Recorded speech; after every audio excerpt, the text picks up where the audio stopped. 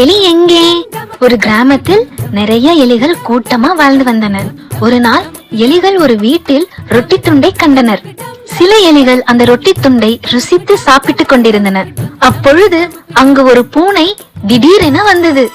பூனையை கண்டதும் எலிகள் ஆங்காங்கே ஓடி ஒளிந்தன.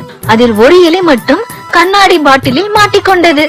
பூனை எலியை பாட்டிலிருந்து வெளியே எடுக்க மிகவும் முயற்சி செய்தது. ஆனால் முடியவில்லை. பூனை வேறு ஏதாவது முயற்சி செய்து எலியை வெளியே எடுக்க அங்கிருந்து சென்றது. எலியின் நண்பர்கள் ஒன்றன் மேல் ஒன்றாக நின்று எலியை வெளியே எடுத்தன.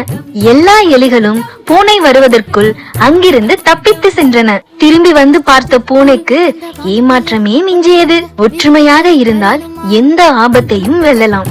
சுட்டீஸ், இந்த கதை உங்களுக்கு பிடிச்சிருக்கா? அப்போ உங்களுக்கு என்ன கதை வேணும்னு உங்களோட நேம் போட்டு கமெண்ட் பண்ணுங்க.